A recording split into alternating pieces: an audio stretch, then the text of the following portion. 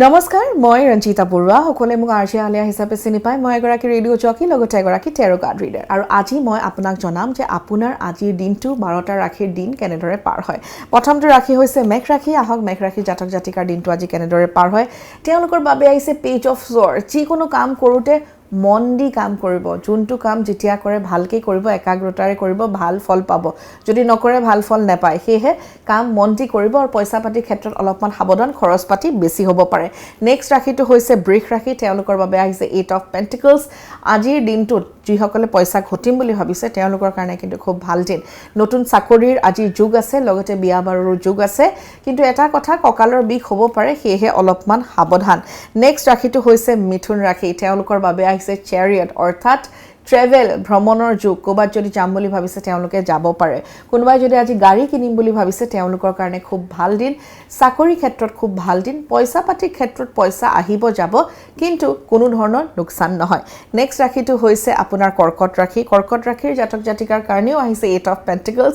আজি হৈছে পইচা ঘটাৰ দিন আৰু লগতে ইনভেষ্টমেন্টৰ ক্ষেত্ৰত আজি খুব ভাল দিন ইনভেষ্টমেন্ট কৰক লগতে যদি পাৰে আপুনি আপোনাৰ জীৱনৰ যিগৰাকী মহিলা আপোনাৰ মা ভন্টি বন্ধু আপোনাৰ পত্নী বা আপোনাৰ জীৱনত যোন আছে মহিলা তেওঁৰ কাৰণে আজি কিবা এটা উপহাৰ লৈ যাব আপোনাৰ কাৰণে কিন্তু বিৰাট বেছি ভাল নেক্সট ৰাশিটো হৈছে সিংহ ৰাশিৰ জাতক জাতিকাৰ বাবে আহিছে এচ অফ পেন্টিকলছ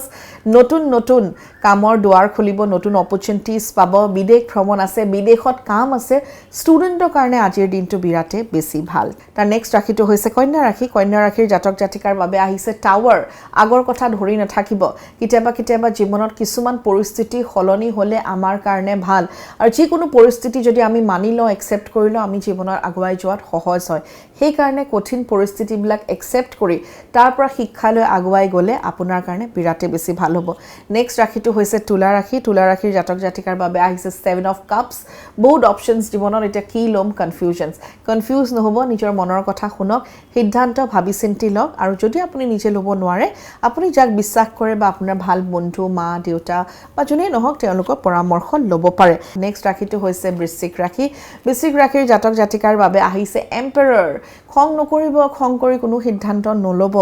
লগতে পেটৰ বিষ হ'ব পাৰে খাদ্য খাওঁতে অলপমান সাৱধান কিন্তু চাকৰি ক্ষেত্ৰত কিন্তু আপুনি ডাঙৰ সিদ্ধান্ত ল'বলগীয়া হ'ব পাৰে তাৰ নেক্সট ৰাশিটো হৈছে ধনু ৰাশিৰ জাতক জাতিকাৰ বাবে কি আছে আমি চাওঁ তেওঁলোকৰ বাবে আহিছে হাইৰোফাইণ্ট হাইৰোফাইণ্টৰ অৰ্থ হৈছে যে বেলেন্স আপোনাক এটা বেলেন্সৰ দৰকাৰ কাম অলপমান বেছি হৈ গৈছে পাৰ্সোনেল লাইফটো অলপমান কমি গৈছে আৰু হয়তো পাৰ্সোনেল লাইফত বেছি গুৰুত্ব দিছে কামৰ ক্ষেত্ৰত কম গুৰুত্ব দিছে বেলেন্স কৰক বেলেন্স হ'লেই ভাল নেক্সট ৰাশিটো হৈছে আপোনাৰ মকৰ